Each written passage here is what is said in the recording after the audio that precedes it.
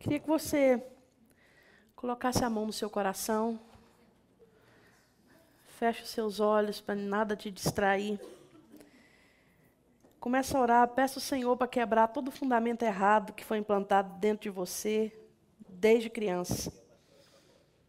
Toda filosofia errada, todo pensamento que não é de acordo com a palavra de Deus,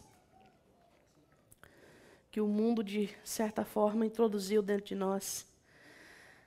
Senhor, nós oramos, Pai, para que a Tua palavra, poderosa, espada de dois gumes, possa penetrar na nossa mente e no nosso coração. Retirar, Senhor, tudo aquilo que foi plantado dentro de nós, que não tem procedência do Senhor, que não veio do céu, que não é de acordo com a vida que habita dentro de nós. Senhor, nós te pedimos que nesses dias sejam dias que a nossa mente e o nosso coração entrem em conformidade, entrem em aliança com aquilo que o Senhor tem para nós, com a vida de Deus que há dentro de nós. Pai, os dias são maus, a filosofia do mundo ela tem cada dia mais batido com força, não só sobre nós, sobre as crianças, sobre a tua igreja. E nós oramos de forma diferente nessa noite, oramos, Pai, para que a vida de Deus dentro de nós fale mais alto que qualquer pensamento plantado em nós, que qualquer ideia, qualquer filosofia, qualquer lema de vida, que a vida de Deus possa falar mais alto, teu Espírito possa falar mais alto e prevalecer, em nome de Jesus. Amém. Queridos, eu estava analisando Mateus 5, a introdução do que é o reino de Deus, da filosofia do reino de Deus. E eu comecei a pensar em algo tão óbvio que eu nunca tinha pensado antes. A gente sabe que a Idade Média é conhecida como a Era das Trevas, todo mundo sabe disso, né? Na época que a igreja se tornou a igreja católica, que a igreja caiu, que a igreja perdeu os seus princípios, perdeu o evangelho puro. E pouco depois, no final da Idade Média, surge então um movimento chamado Iluminismo, todo mundo já estudou isso na escola. E esse movimento ele culminou com uma palavra, com algo muito interessante. Uma filosofia, uma maneira nova de viver, vinda lá dos pensadores gregos, misturado com os romanos. E eles chegaram à conclusão e falaram, tudo isso se resumiu numa palavra, humanismo. O homem, então, passava a ser o centro do universo. E é o que prevalece até hoje, nos dias de hoje, é o humanismo. O homem à frente de tudo. E eu comecei a analisar e pensar no humanismo. E eu percebi que não há muita diferença do satanismo para o humanismo. É chocante, não é? Mas não há muita diferença do princípio filosófico do satanismo para o princípio filosófico do humanismo. O homem não é a coisa mais importante. Deus é, vamos dizer, não coisa, a pessoa mais importante. E quando Jesus começa, então, a pregar, e ele fala os princípios do reino, em Mateus 5, 6 e 7, Jesus está jogando por terra algo que viria no futuro de maneira muito forte. Ele já mina todas essas bases de pensamento. Por isso que essa base filosófica, chamada humanismo, esse movimento filosófico, eles tiveram que minar a religião. Porque se eles não minassem a religião, eles não conseguiriam se estabelecer. Então, ainda hoje, nós vemos o homem como a parte mais importante. Eu falo, não nós, Igreja Mil, a sociedade. A importância do homem é tão dada importância para o homem, que se esquece dos princípios básicos da palavra de Deus, que é Deus em primeiro lugar, acima de todas as coisas. Amém? É uma disposição mental. E eu estava pensando, o mundo inteiro hoje, ele gira em torno dessa filosofia. E parece muito bom, parece muito puro. Toda vez que eu estou pensando no meu próximo, é algo bom e Deus manda isso, não manda? Manda ou não manda? Manda. Mas em nenhum momento Deus manda que nós coloquemos o homem no lugar dele. O ser humano no lugar de Deus. Em nenhum momento. Então a gente vem com o ensinamento desde base, com cara de bom, com jeito de bom, e parece que é algo muito justo, muito certo. E quando a gente abre os olhos, nós já estamos totalmente contaminados. E nós não conseguimos mais colocar Deus em primeiro lugar. Nas mínimas questões das nossas vidas. Abra sua Bíblia em Mateus 5. Eu falei do satanismo porque a doutrina do satanismo diz que o homem é a pessoa mais importante do universo. E a doutrina do satanismo manda você ser feliz. Já contei isso para vocês antes. Vocês lembram? Nossa, mas o satanismo manda a gente ser feliz. O diabo não quer ver a gente no chão. Deixa eu falar uma coisa para você. O diabo quer ver todo mundo no chão. E todo homem sem Deus, ele está no chão. Então a intenção número 1 de Satanás é nos afastar do Senhor. É nos afastar de Deus. Porque quando ele nos afasta de Deus, fica fácil. A gente é presa fácil. Amém? Abrir em Mateus 5? Então nós vamos continuar no Sermão da Montanha. Mateus 5:3 era o que a gente era suposto memorizar para essa semana. Vocês memorizaram? Bem-aventurados os humildes de espírito, porque deles é o reino dos céus. Bem-aventurados os que choram, porque serão consolados. Bem-aventurados os mansos, porque herdarão a terra. Eu estou lendo 5. Bem-aventurados que têm fome e sede de justiça, porque serão fartos. Bem-aventurados os misericordiosos, porque alcançarão misericórdia. Bem-aventurados os limpos de coração, porque verão a Deus. Bem-aventurados os pacificadores, porque serão chamados filhos de Deus. Bem-aventurados os perseguidos por causa da justiça, porque deles é o reino dos céus. Bem-aventurados sois, quando por minha causa vos injuriarem e vos perseguirem, e mentindo, disserem todo mal contra vós. Regozijai-vos e exultai, porque é grande o vosso galardão nos céus, pois assim perseguiram os profetas que viveram antes de vós. Marca com algum papel, alguma coisa, a página da sua Bíblia, e abre em Gálatas, capítulo 5. Antes da gente ler Gálatas, eu vou explicar por que a gente vai ler. Quantos aqui pararam nesses dias, desde o dia que a gente começou, e leram Mateus 5, 6 e 7? Pelo menos uma vez. A estudar Mateus 5. É importante, queridos, que vocês leiam isso em casa e deixem isso entrar dentro de vocês. Não tem como estudar a Bíblia se vocês não lerem Bíblia. Amém? Eu já li algumas vezes e continuo lendo. Então, é uma obrigação nossa ler a palavra de Deus. Amém? Então, vocês vão fazer um compromisso com o Espírito Santo, de ler Mateus 5, 6 e 7. Não comigo, porque comigo você pode falhar. E eu, talvez, vou te perdoar. Agora, Deus, compromisso é com Ele. Amém?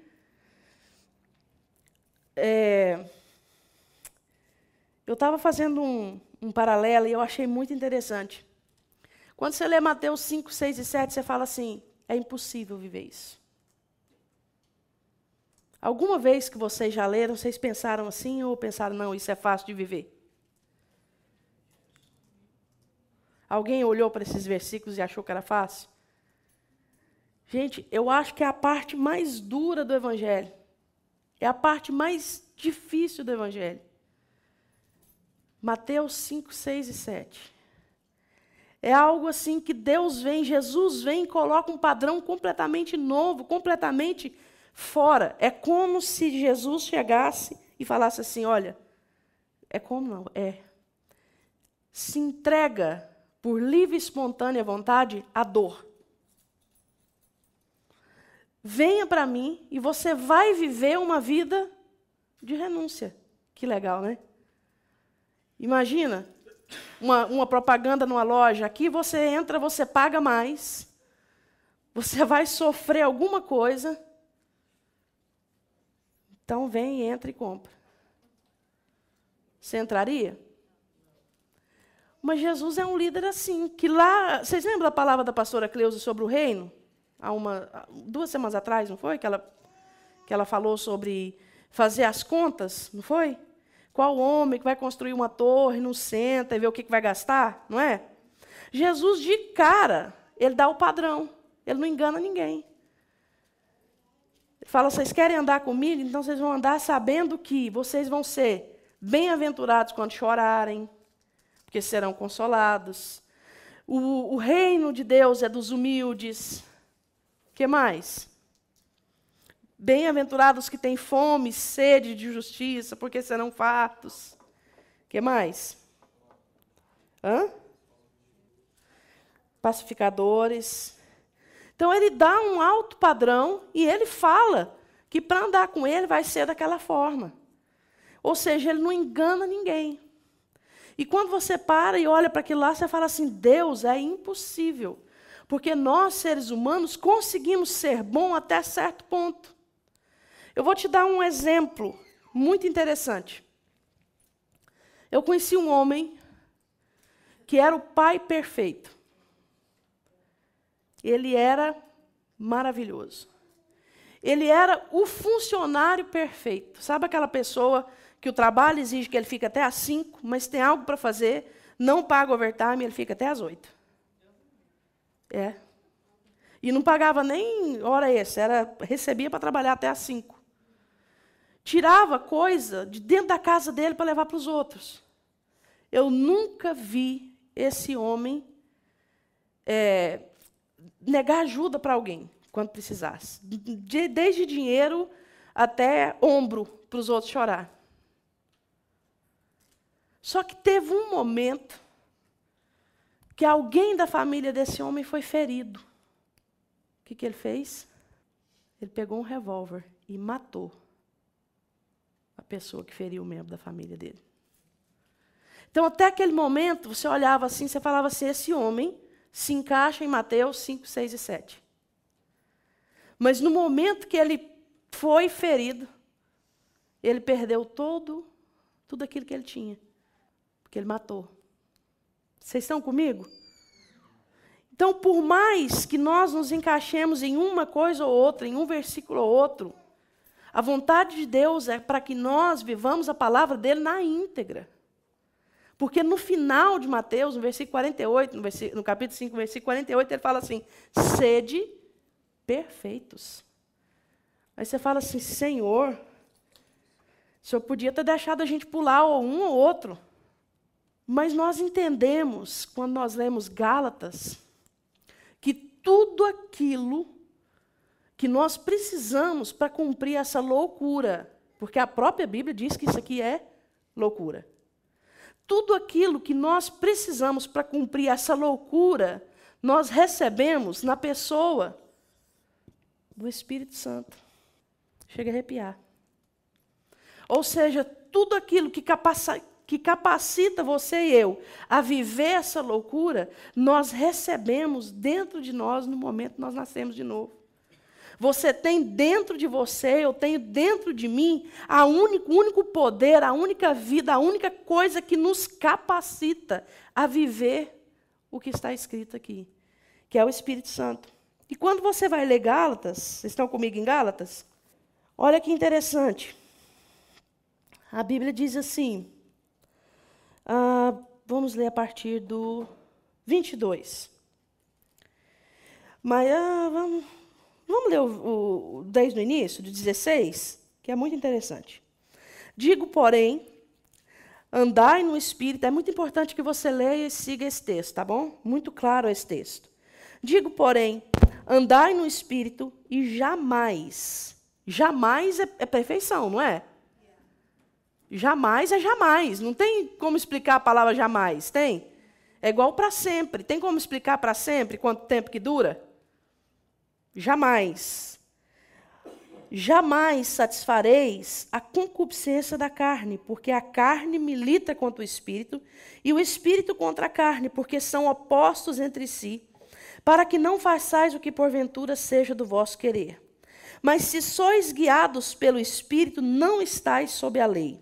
Ora, as obras da carne são conhecidas, e são, vamos lá, num coro bem alto, todos juntos? Prostituição, impureza, lascívia, idolatria, feitiçarias, inimizades, porfias, ciúmes, iras, discórdias, dissensões, facções, invejas, bebedices, glutonarias e coisas semelhantes a essa, a respeito da quais eu vos declaro, como já outrora vos preveni, que não herdarão o quê? O que tais coisas praticam. Mas o fruto do Espírito é, vamos de novo num coro bem alto? Amor, alegria, paz, longanimidade, benignidade, bondade, fidelidade, mansidão, domínio próprio. Contra estas coisas não há lei. E os que são de Cristo Jesus crucificaram a carne com as suas paixões e concupiscências. Se vivemos no Espírito, andemos também no Espírito. Não nos deixemos possuir de vanglória, provocando uns aos outros, tendo inveja uns dos outros. Então, tudo aquilo que nos capacita a viver a loucura pregada por Jesus, em Mateus 5, 6 e 7, se resume na pessoa do Espírito Santo. Você sabe por que a Bíblia cita tantas coisas, e parece que tem um erro de português aí, porque a Bíblia diz assim, mas o fruto do Espírito, não diz? Mas será que não seria frutos? Tem tanta palavra, não tem? Por que é o fruto? Porque o Espírito gera esse fruto. E esse fruto da presença do Espírito dentro de nós é tudo isso aqui que está dizendo: amor, alegria, paz, longanimidade, benignidade, bondade, fidelidade, mansidão, domínio próprio. Contra essas coisas não há lei. E eu achei interessante que eu peguei um versículo 25 aqui, ele fala algo tão interessante. Está dizendo sobre salvação. Se vivemos no Espírito, andemos também no Espírito. Ou seja, se nós fomos nascidos de novo, nós temos que começar a andar no Espírito. Amém? Não vai ser do dia para a noite, mas vai ser o que diz em Romanos, fazendo a carne morrer dia após dia. Um pouquinho em Gálatas fala, fazei, pois, morrer a nossa natureza terrena. Em Romanos 13 fala, revesti-vos de Jesus Cristo. Ou seja, todos os dias, à medida que nós vamos nos desfazendo do velho homem e nos revestindo de Jesus, nós somos capacitados pelo Espírito Santo a viver a palavra de Deus. E por que a Bíblia diz o fruto do Espírito? Porque é um só. E a nossa mente tem a tendência de dizer assim, quando a gente vê alguém que fala assim, os frutos, a gente pensa assim, bom, eu não sou muito paciente, mas eu sou amoroso. Então, pelo menos um fruto do Espírito eu já manifesto. A nossa mente faz isso. Eu sei porque a minha já fez. Por isso que a gente não pode permitir a nossa mente falar os frutos do Espírito. Porque se eu tenho o fruto do Espírito, eu tenho amor, eu tenho paz, eu tenho longanimidade, eu tenho bondade. Amém? E paciência. E eu estava olhando hoje, segundo o dicionário, o que é longanimidade. Olha que interessante. Paciência é suportar com abnegação a situação de pressão vivida.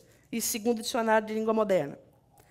Longanimidade diz da pessoa que suporta as adversidades e prossegue com empenho, apesar dos obstáculos. Ou seja, o paciente, ele aguenta. O longânimo, ele aguenta feliz, assim. Uhul, que venha mais. Já pensou? Pensou aquele menino assim, enchendo a paciência, né? Torrando a paciência, você com a paciência com aquele menino, aí vem mais 10. Já pensou, Walter? Mais uns 4 menininhos? Amém, queridos? Caráter da pessoa que suporta as adversidades e que prossegue no seu empenho apesar dos obstáculos. Bondade que faz desprezar as ofensas. Então, queridos, esses dois textos, Gálatas 5 e Mateus 5, eles andam juntos. Porque aquilo que era impossível, a Bíblia diz assim, que era impossível para a carne humana viver a palavra de Deus. E é impossível. Uma pessoa que não tem Jesus, ela não consegue viver isso aqui. Ela pode viver parte, mas tem um momento, como a história do homem que eu contei para vocês, tem um momento que o que é humano cai por terra. Tem gente naturalmente boa? Tem ou não tem? Tem. Tem gente naturalmente ruim? Tem. É lógico que a pessoa já é ruim, o diabo vem e ainda põe uns negocinhos por cima, né? Mas tem gente que é naturalmente bom. Já viu aquele que fala, fulano faz tanta coisa errada, mas ele é bom de coração. Vocês já viram? Geralmente mãe fala isso do filho, né? Quando não tem mais nada, nem um elogio para fazer, né? Você está vendo a pessoa toda, né, da pá virada, e a mãe fala assim, não, mas ele tem um bom coração. Quando ele era pequenininho, ele dava comida para os outros na porta de casa. Você fala, oi. Depois disso, você já matou um monte de envenenado, mas a mãe olha e fala assim, é um bom coração. Fulano é... Mas hoje, a realidade dura é que nós temos um tanto de pessoa que até consegue viver o Velho Testamento e vão tudo para o inferno, porque não passaram por Jesus. Dolorido ouvir isso, né? Muito dolorido. Amém. Voltando para Mateus. Mateus 5, 4. Bem-aventurados os que choram, porque serão consolados. Eu quero que você analise comigo a passividade dessa frase. Bem-aventurados os que choram, porque serão consolados. Serão consolados. Não tem que fazer nada, você só tem que chorar. Mas esse choro é qualquer choro? Se a Aninha estivesse aqui, ela ia entender o que eu estou falando, porque a Aninha também tem essa característica na personalidade dela. Eu já chorei muito, muito. Eu garanto para você que esse choro meu não agradou a Deus. Eu choro de raiva. Você já chorou? Alguém aqui já chorou de raiva? Nunca? Sério? Você é uma pessoa boa. Falando sério. Não, eu já chorei por fora. Alguém aqui já deu murro na parede? Já quebrou alguma coisa? Já machucou dando chute em alguma coisa? Quem já machucou dando chute em alguma coisa? De tanta ira que você tem que botar para fora. O velho homem mesmo. E é sério, eu olho a tia Kênia, né, e a tia Tânia chorar, eu fico com inveja. Eu falo, Deus, será que essa inveja que eu estou sentindo é boa? Porque, às vezes, é tão difícil me fazer chorar, mas tão difícil, mas quando eu passo raiva, é tão fácil eu chorar. Ô temperamento ruim que precisa ir para a cruz. Se eu passar muita raiva, eu tenho que sair de perto de todo mundo. Por quê? Porque eu vou chorar. Foi aí que eu criei a expressão morder um poste. Que eu olhei para um poste um dia e falei, se eu tivesse a boca maior um pouquinho, eu ia morder esse bicho. De raiva que eu estava.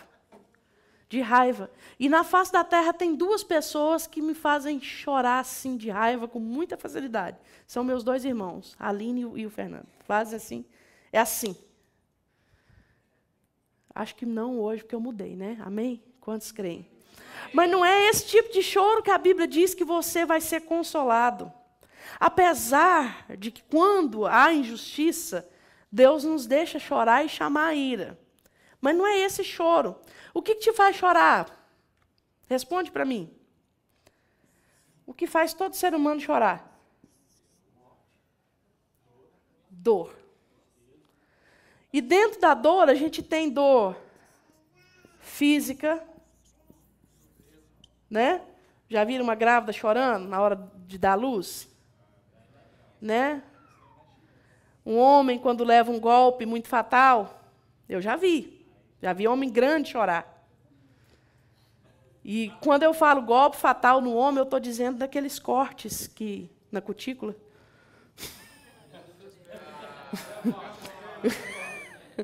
A mulher chora no dor de parto, o homem para fazer a unha. corte de paper cut. Né?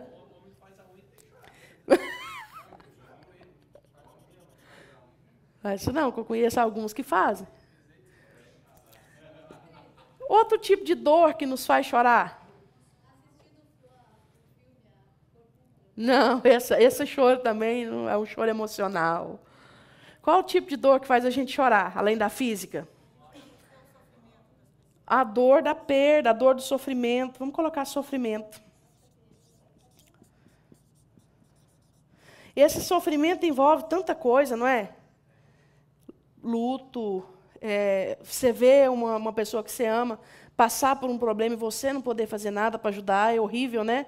Eu creio que mãe, quando a criança está doente de verdade, sofre muito porque não pode ajudar, não pode fazer nada. Mas tem uma terceira dor que eu acho que ela consome a gente. É a dor com a injustiça. Hã? Mas o medo também é uma dor emocional, né? A pessoa chorar de medo, acho que entra no sofrimento. Bem emocional. Mas essa dor aqui, eu acho que de todas elas, é a que mais mexe com a gente. Você sabe por quê? Porque essa dor aqui, ela vem misturada com o sentimento de impotência, quando você está diante da injustiça. É impotência. Eu lembro que uma vez, eu sentei e chorei, mas não foi assim, de ira. Foi aquela sensação de incapacidade, de você ver um ato de injustiça e falar assim, não, isso não vai mudar nunca. A gente vê isso direto no Brasil, não é? Por isso que, às vezes, pessoas saem para a rua para fazer protesto. Às vezes, o protesto não é política, às vezes, é apenas uma dor que a pessoa está sentindo por causa da injustiça. Eu lembro que no estado de Goiás, na época do governo do Iris Rezende, a esposa dele tinha um... Quando a pessoa faz doce, salgado para festa, como é que chama isso? Hã? Isso. Um buffet de festa. E ela roubou deliberadamente todo o leite em pó do governo para fazer docinho de leite ninho no buffet dela. Por causa disso, várias crianças saíram da escola porque não tinham o que comer.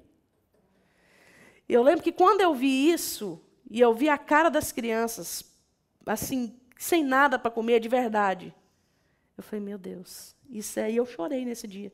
Mas não foi de ira, foi daquele sentimento assim de não poder fazer alguma coisa. Porque a ira, quando ela vem misturada com o sentimento de injustiça, você se sente impotente. Agora, você sabia que esse choro aqui agrada a Deus? Porque esse choro gera um clamor na sua alma.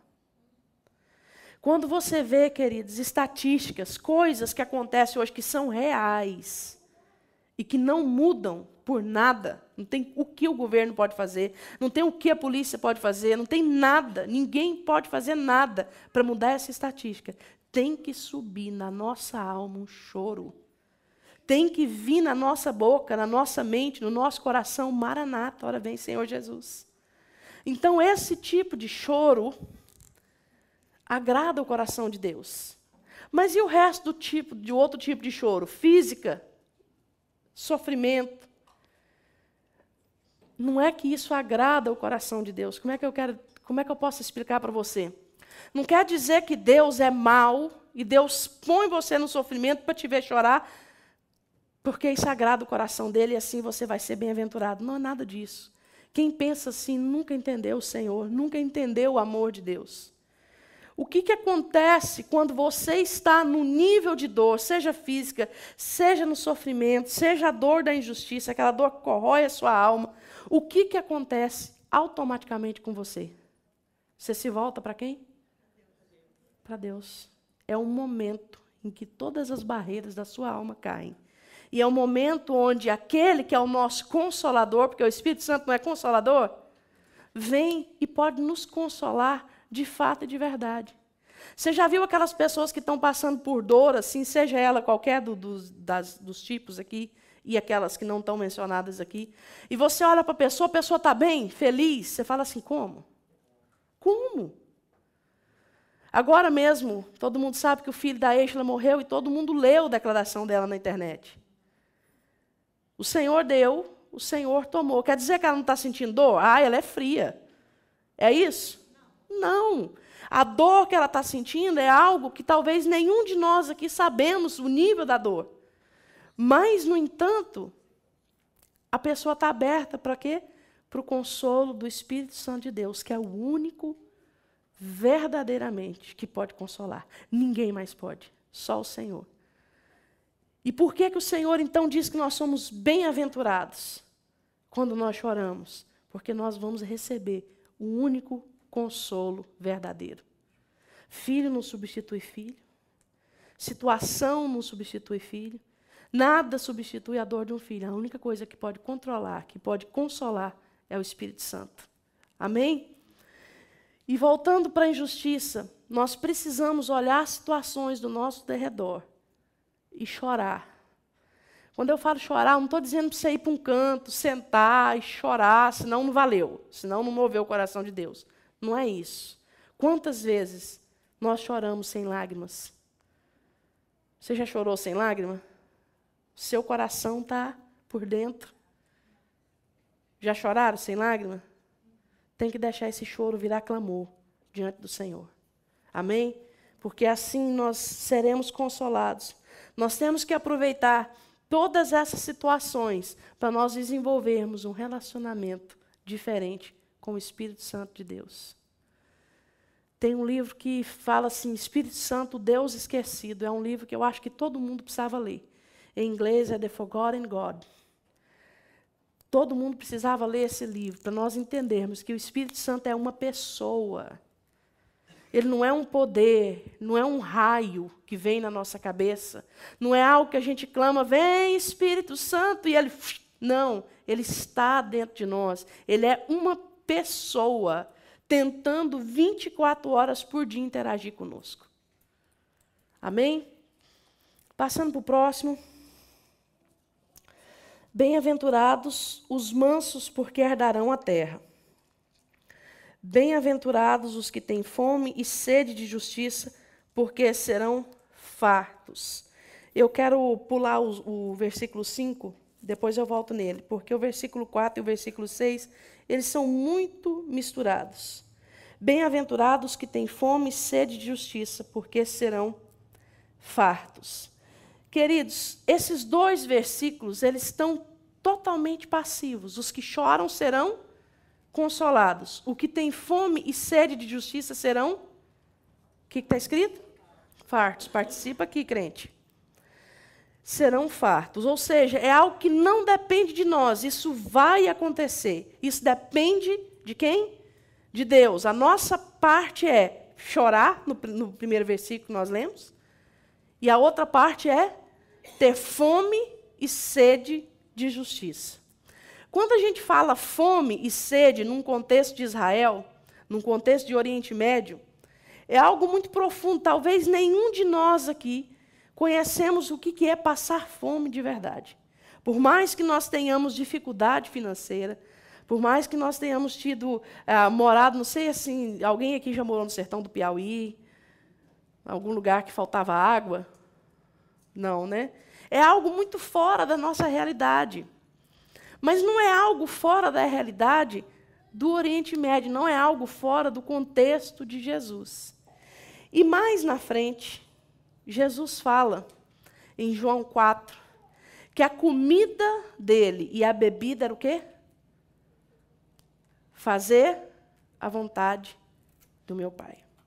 Quando nós falamos em comida, especificamente pão, fica comigo nisso aqui, porque é algo bem interessante. Comida, às vezes a Bíblia só fala assim, pão, não é verdade? É ou não é? Obrigado pelo pão de cada dia, está falando da comida, né? Não é do pão propriamente dizendo que eles não comiam só pão. Quando a Bíblia fala de comida, ela está falando de algo que nos move. Por que nos move? Porque o ser humano ele precisa de comida para ele viver. É algo fundamental para a existência. É ou não é? É algo que todos nós corremos atrás. Para colocar comida na mesa dos filhos, para colocar comida na própria mesa, todos os dias. Ou seja, comida é uma necessidade que nós, seres humanos, buscamos em primeiro lugar. Se você não tiver mais nada para comer, para vestir, para viver, se você for trabalhar num trabalho que eles vão falar para você, senão eu não vou te pagar. Bom, eu não tenho mais nada, você pode me dar um prato de comida, eu trabalho para você. Tem tanta gente no Brasil, eu conheci uma pessoa que morava aqui na América, que trabalhava ele e a avó o dia inteiro colhendo café pelo prato de comida do fim do dia. E a história é real, não é conversa fiada, porque eu conheci gente que conheceu ele. Então, é algo que a gente busca em primeiro lugar. Quando eu falo em primeiro lugar, não quer dizer que a gente está deixando Deus, nada disso. É algo que nós precisamos para existir. Amém? É um método de... como é que fala? É necessário para se manter, para viver. Ou seja, nós buscamos com empenho. Amém? Por necessidade. E a segunda coisa que fala é o quê? Fome o quê? Fome e sede de justiça. Quando a Bíblia fala de sede, obviamente, está dizendo água. A água, no Oriente Médio, para saciar, era artigo de luxo. Era não? É. Eles são um povo que, ainda hoje, eles são acostumados a beber pouca água, porque eles não sabem se daqui a pouco eles terão. Não é como nós, que a gente abre a torneira, ensaboa toda a louça enquanto a água está correndo. Eu não sei se eu já contei para vocês que o pastor Silvio, uma vez, estava lá na casa da pastora, e a pastora Marcilane abriu a torneira, colocou a louça dentro e foi juntando a louça da pia. Ele levantou, ele fez assim, fechou a torneira. Aí todo mundo olhou para ele e falou assim, ai, desculpa, gente, eu esqueci que eu estou na América. Vocês podem fazer isso aqui. É porque no Nepal a gente não pode fazer isso. Porque falta água. Então, quando a gente fala de água, é também uma necessidade do ser humano, mas é algo que traz satisfação, que nos sacia. E o que Jesus está dizendo é o seguinte, tenha fome e sede de justiça. Mais do que de comida e mais de água. Ele usa duas coisas importantíssimas para dizer como nós devemos desejar a justiça. Vamos ler de novo? Bem-aventurados que têm fome e sede de justiça, porque serão fartos. Vamos ler de novo? Bem-aventurados os que têm fome e sede de justiça, porque serão fartos. A única coisa que nós temos que fazer é desejar. É deixar que dentro de nós suba um clamor como aquele por comida. Quem já fez jejum aqui de mais de 2 horas? Mais de 2 horas, eu falei. Não, mais de 2. Você já fez? Não é para o Rafael que eu estou olhando, não, gente. Quem já sentiu a dor da fome num jejum? É dolorido, não é? Na fome também, né, Walter? Sério mesmo. Quando você vai trabalhar na fábrica de 12 horas e você percebe que você não levou a marmita, você fala, meu Deus, brincadeira. Mas é isso que Deus está falando conosco. Deus está falando assim, nós temos que desejar a justiça como a gente deseja comida. Ele não está falando nem que é além. Ele está falando, nós temos que desejar a justiça como você deseja uma bebida quando você está com sede. E isso faz com que nós deixamos de ser crente, não estou nem aí. Que tem muito crente hoje que vive na musiquinha da Luca, até hoje, estou nem aí, estou nem aí. E ainda usa Bíblia. Caiam 1000 ao meu lado, 10.000 à minha direita, e eu não serei atingido. Ainda usa isso. Nós temos que clamar por justiça. Nós temos que clamar pela volta de Jesus. A Bíblia diz em Apocalipse que o clamor dos santos, ele era colocado numa taça. E quando essa taça enchia, o que acontecia? Quem lembra? A taça era derramada de volta na terra. Ou seja, o clamor que sai de nós provoca uma ação de Deus. Amém? Por mais que as coisas... mas a tendência agora é tudo piorar. O anticristo está vindo aí. E Jesus vai voltar. E as coisas têm que piorar, porque a Bíblia diz que as coisas têm que piorar. Nós não podemos entrar nessa mentalidade. Você sabe por quê? Porque o piorar pode uma hora chegar muito perto da gente. E quando chegar perto da gente, a gente vai ver o quanto dói. Amém? Nós temos que deixar isso. E Jesus clama isso como estilo de vida. E ele fala o seguinte, querido, se você viver nessa ânsia, vamos dizer assim, nessa falta de paz, né? Não estou falando da paz que excede todo entendimento, nessa ânsia o tempo todo por justiça, eu vou vir, eu vou fazer chover justiça sobre vós. Amém? Só que isso não tem que ser de vez em quando. Eu estou passando de carro, aí eu vejo um rapaz pedindo esmola, aí eu falo, Deus, volta, Senhor Jesus. Eu estou assistindo televisão, aí eu vejo o caso de uma criança que foi estuprada, volta, Senhor Jesus. Não, isso é importante? É, mas Jesus está falando de algo que tem que estar dentro de nós como forma de vida, como viver, como estilo de vida. Amém? O clamor tem que ser estilo de vida, porque se nós clamarmos por justiça, nós vamos ser objetos de justiça. Nós vamos ser objetos de justiça, nós vamos expressar ao Senhor mais do que comida e mais do que bebida. Amém? O 7, para dar... Alguém tem alguma dúvida nesse ponto? Nos dois que passaram? Não me deixe esquecer depois de voltar nos mansos, tá? Eu falo assim, eu entendi como ser fazer a vontade de Deus. Sim. Porque a justiça, quando Jesus fala assim, eu não vim para revogar a lei, eu vim para cumprir toda a justiça. E lá na frente ele fala, no versículo que eu citei para vocês, se eu não me engano está em João 4 mesmo, onde ele fala que a minha comida e a minha bebida é fazer a vontade do meu Pai. Um versículo anterior, um capítulo anterior, ele fala para João que ele tem que cumprir toda a justiça. Toda vez que nós fazemos a vontade de Deus, nós estamos cumprindo a justiça. Nós estamos chamando Jesus, nós estamos dizendo, ora vem, Senhor Jesus, toda vez que nós agimos com justiça. Foi bom você ter tocado nesse assunto, porque eu tinha que falar algo que eu tinha esquecido. E Apocalipse diz que quando nós vamos nos apresentar diante do Senhor, a igreja, nós somos igreja, amém? Nós vamos estar vestidos com vestes brancas. Quantos já leram isso? Amém? E as vestes brancas são os atos de justiça dos santos. Eu não me lembro agora qual capítulo de Apocalipse, mas uma coisa eu te garanto, está lá. São 22 capítulos, só leia, você vai achar. Então a Bíblia diz que nós vamos nos apresentar vestidos com atos de justiça. E o que é ato de justiça? A gente pensa que ato de justiça é uma coisa muito complicada de fazer. Vamos supor que o Dé pega o salário dele da semana, compra de pão, vai ali e distribui para todo mundo. Foi um ato de justiça? Foi. Mas e se o patrão dele fala para ele assim, Dé, eu falei para o cara que esse serviço aqui vai custar 5 mil. Mas depois, se ele te perguntar se você comprou mais material, você fala que sim, porque eu quero cobrar dele 6 mil. Aí o patrão chega e pergunta, o cara pergunta, e aí? Não, teve que comprar mais material. Isso foi um ato de justiça? Foi um ato de injustiça. E se ele fala para o patrão dele assim, desculpa, eu não vou falar. Foi um ato de justiça? Foi. Toda vez que nós contrariamos o sistema, nós estamos praticando atos de justiça.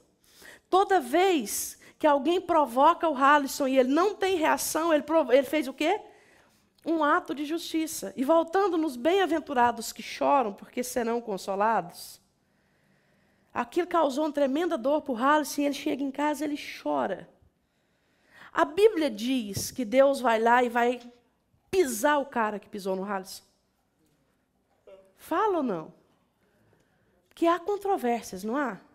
Principalmente por causa das músicas que a gente ouve hoje em dia. Você vai ver o que Deus vai fazer por mim, você vai ficar sentado olhando, porque eu sou filho, você não é. Deus é bom para mim, eu sou filho do rei. Você vai ver quando Deus aplicar a justiça, minha vitória tem sabor de mel, a de você não tem. Já viram isso? É as músicas que a gente ouve hoje em dia, e vão enfiando coisas que não estão na Bíblia dentro de nós. A Bíblia diz o quê? Que nós seremos consolados. Mas espera aí, e o outro lá? Agora, olha que exemplo. Eu li esse exemplo hoje, eu achei tremendo. Um pai tem 2 filhos, ok? As 2 crianças brincando com a arma de fogo. Uma criança atira na outra. A criança morre. O pai vai lá e faz o quê? Vou matar o outro. Ele matou? É assim? Não. O que ele vai fazer? De tudo para provar que aquilo foi um acidente, para ele não perder o outro filho. Não é assim? Agora, por que por nós, quando a gente tem algum problema com o irmão da igreja, por exemplo, a gente acha que Deus vai pisar no irmão, arrebentar com ele? Porque nós estamos longe de chorar o choro verdadeiro diante do Senhor, um choro para ser consolado. A gente chora o choro clamando a vingança. Deus acaba com ele. Senhor Rafael comeu meu bolo de chocolate, que deu uma dor de barriga nele, para que ele entenda que nunca mais ele pode fazer isso comigo. O nosso choro ainda é muito vingativo, e a palavra de Deus diz que a vingança pertence a quem? Ao Senhor. Ao Senhor. Agora, e com relação ao ímpio? Com relação ao ímpio, eu posso desejar a vingança de Deus? Eu posso. Porque com relação à igreja, Paulo fala em 1 Coríntios 6, para quem está anotando, ele fala assim, eu fiquei sabendo que tem irmão que tem a ousadia de levar irmão na corte. E ele, naquela linguagem bem paulina, que eu sou apaixonada, ele fala assim, só de existir esse tipo de coisa entre vocês já é uma vergonha e derrota. Ele usa essa expressão. Só o de existir demandas entre vocês já é uma derrota. Vocês são uns derrotados. Mas o fato de vocês levarem para a corte, para o ímpio decidir a demanda entre vocês, é o fim do mundo, Paulo fala. Porque vocês não sabem que um dia nós vamos sentar junto com Cristo e nós vamos julgá-los. Como que você que nasceu de novo, que tem a vida de Deus dentro de você, vai para o ímpio te julgar? Em outras palavras, ele chega a dizer, é ridículo o que está acontecendo. Paulo fala assim, com relação à demanda. Mas com relação ao ímpio, no mesmo texto, Paulo fala assim, com o irmão você sofre o dano, mas se você tiver alguma demanda, procura a justiça. Pode anotar aí, está em Coríntios. Mas olha que interessante em Romanos. Ok, 18 diz assim, se possível, quanto depender de vós, tende paz com todos os homens. Está falando aqui se é crente ou se não é? Com todos os homens. Não vos vingueis a vós mesmos, amados, mas dai lugar à ira, porque está escrito, a mim me pertence a vingança, eu é que retribuirei, diz o Senhor. Aí o versículo 20 arrebenta. Pelo contrário, se o teu inimigo tiver fome, dá-lhe de comer. Se tiver sede, dá-lhe de beber. Porque fazendo isto, amontoarás brasas vivas sobre a sua cabeça. Não te deixes vencer do mal, mas vence o mal com o bem. Por que eu citei esse versículo? Paulo ainda fala, dai lugar à ira, né? Por causa do clamor que nós acabamos de falar. Deixa eu falar uma coisa para você. Deus sempre vai tratar com você primeiro. Sempre. Porque a ordem para dar alta face, Deus não deu para o ímpio, deu para quem? Para nós. A ordem para andar a segunda milha, Deus não deu para o ímpio, deu para nós. A ordem de vencer o bem com o mal, Deus deu para quem? Para nós. Então, não adianta a gente fazer, igual eu falei para vocês, que eu vejo de vez em quando no Ministério de Louvor, não adianta a gente olhar para Deus e falar assim, Deus, olha ele, olha ele. Não vai adiantar nada, porque Deus quer tratar conosco primeiro. Deus quer tratar conosco. Olha aqui um exemplo latente aqui, ó, na hora. A Kétia e a Rebeca ali, ó. A Mana vai dar uma bronca em quem? Na Kétia. E o neto? Na Rebeca. Deus vai tratar, o pai vai tratar com você. É comigo que ele vai tratar. Então não interessa o que fizeram com você, interessa o quê? Qual foi sua reação? Qual foi sua reação? E deixa eu te falar uma coisa. Deus não vai fazer igual muitos pais fazem. Vai lá e senta a mão nele porque eu estou mandando. Deus não vai fazer. Não, já vi muitos pais fazer isso. Vai lá que eu aguento. Tem hora que dá mesmo. Pode falar, Rafa. Alguns casos que são extremos. Por exemplo, o cara que a mulher foi violentada, o cara que o sabe? É impossível você, o seu coração virar, é impossível a sua alma gritar e querer dar fim na pessoa. Então, assim, eu acho que está muito além do, tipo assim, do controle. Por mais assim, eu creio, você tenha domínio próprio, mas quando você vê uma situação dessa, o seu instinto, ele bota para fora, ou em pensamentos, ou em palavras, ou em atitude, tudo que você quer passar para aquela pessoa, tentar destruir. Nesses casos, como é que Deus nos vê? Como é que Deus nos vê? Primeiro, o versículo é claro, dai lugar à ira. Por que Deus fala para todo mundo assim, igual nas obras da lei, da carne, perdão, no fruto do Espírito, nas obras da carne que nós vimos, mandamentos, Deus manda amar o próximo, mas Deus não fala para nós assim, não irai-vos. Vocês já perceberam isso? O que a Bíblia diz? Irai-vos. Mas não pecou, não peque. E ele fala isso no final, ele fala sede perfeita, Mas pensa bem, irá é algo que é impossível. É algo que nasce dentro de nós. Muitas vezes não é gerado pelo diabo. Tem ira que é gerada por possessão maligna. Mas tem ira que não. Tem ira que é indignação pela situação, pela injustiça, por um caso desse aí que você está falando. Primeiro, Deus nos manda o tempo todo abrir mão, ir para a cruz. Mas em nenhum momento Deus nos manda a sermos tolos. Nenhum momento. Por exemplo, você deu o exemplo do cara que vê a esposa sendo violentada, ok?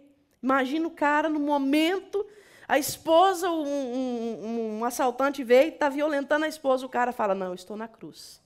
Estou irado, mas eu não vou pecar. Não. Faz parte. Mata ele com a cruz, né? Mata ele com a cruz. Agora, faz parte do mecanismo de defesa. Isso faz parte de algo que a lei te protege para fazer. Seja a lei de Deus, seja a lei dos homens. Ela te protege para fazer. Agora, tem uma vírgula aí, o Danilo é advogado, ele estudou bastante isso, ele vai saber se eu estou falando demais ou não. Tem um detalhe. Você desmaiou o cara com uma pancada. Beleza? Se você continuar batendo, passa a ser crime e não autodefesa. É ou não é, Danilo? O cara já estava desmaiado. Ele não ia fazer mais nada. Já não era risco. Já não era defesa. Entende? Aí a pessoa vai e começa... Não, agora comecei, eu vou até o final. Virou o quê? Assassinato. Houve ira e houve pecado. Entendeu? Por exemplo, você é ameaçado. Na hora que você é ameaçado, eu acho que o homem tem muito isso, né? Enquanto o homem está sendo ameaçado, está de boa. Mas ameaça você, sua esposa e seus filhos. Você vai ter que ser homem, você vai ter que defender. É ou não é?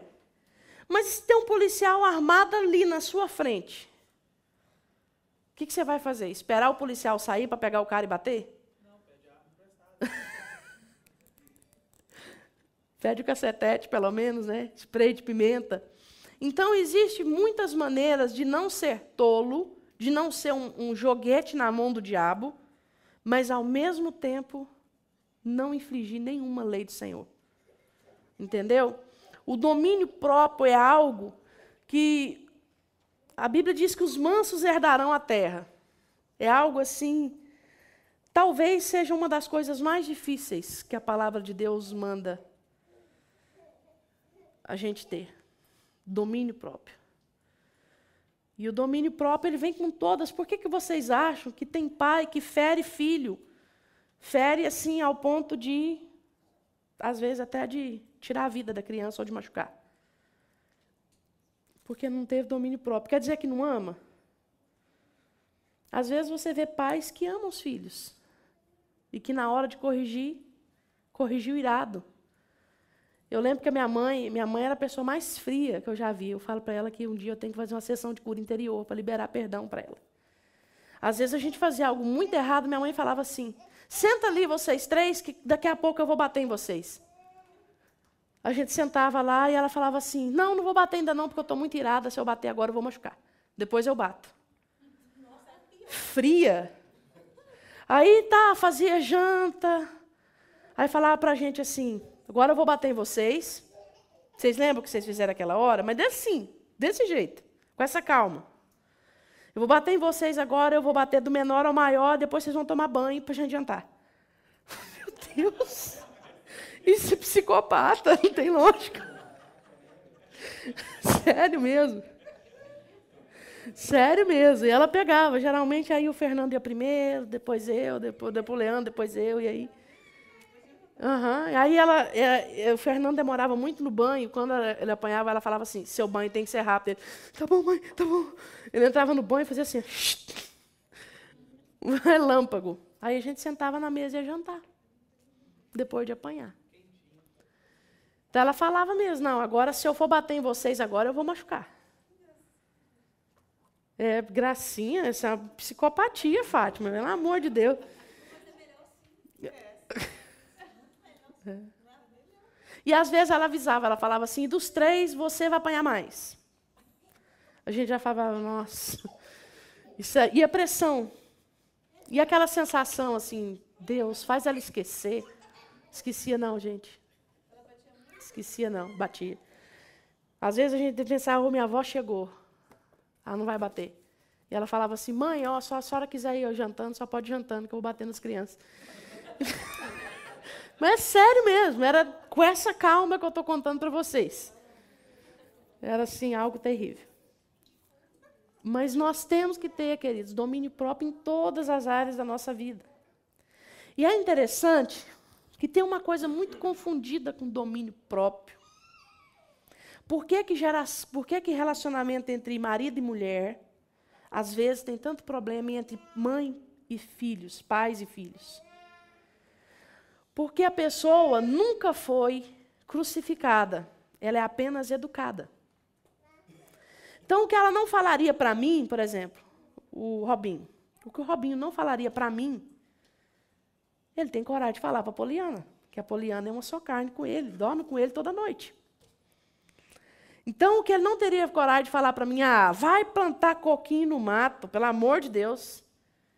Ele olha para a Poliana e fala assim, você vai plantar coquinho no mato. É a diferença entre a pessoa ser educado e ela ter domínio próprio. E como a gente é expert nisso? Você imaginou você chegando para um policial e xingando ele de tudo quanto é nome? Imagina. E o cara que te corta no trânsito? E se esse cara que te corta no trânsito for um policial, você faz?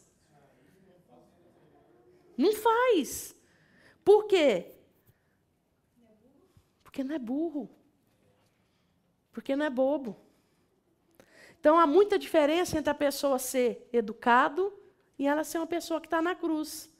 Que vive Mateus 5, 6 e 7. Porque Mateus 5, 6 e 7 nos apresenta a vida de cruz. Você sabia que pai, mãe, às vezes tem que tomar a cruz com relação ao filho? Eu já contei para vocês do barulho que as crianças faziam. O Vini e a Débora. E eu pensando assim, gente, o que eu faço para esses meninos parar com esse barulho, hein? Acho que eu vou botar um num quarto, outro no outro. Na hora, o Espírito de Deus falou comigo assim, porque você não está na cruz ou porque o barulho realmente está incomodando? Tipo assim, está incomodando só a mim ou está errado o que eles estão fazendo? Aí eu parei e falei, realmente, por que não tomar a cruz? Porque eles são crianças? Porque eu posso usar a minha autoridade e falar, para? Isso é interessante, há um ponto para vocês pensarem. O que as crianças estão fazendo está errado? Ou apenas você quer exercer a sua autoridade para você não ter que ir para a cruz? São detalhes que nós não paramos para pensar. Eu explodiria, eu já falei isso aqui para o Ministério de Louvor, eu já falei para eles assim, olha, eu quero que vocês tratem, principalmente quando eu tinha os meninos do pastor Davi no Ministério de Louvor, eu posso citar nome porque eu já citei este púlpito. Eu falava para eles assim, eu quero que vocês falem uns com os outros como se estivesse falando com a Josi. Porque era um tal de um errar a nota e o outro, ô, seu burro, é um lá, não é um ré. Aí o outro, nossa, só podia ser esse jegue mesmo. Aí, irmão, pensa, convivendo o dia inteiro, um com o outro. Mas na hora que eu errava uma nota, era, pastora Cris, eu acho que ficaria melhor um lá e ir no lugar de um é.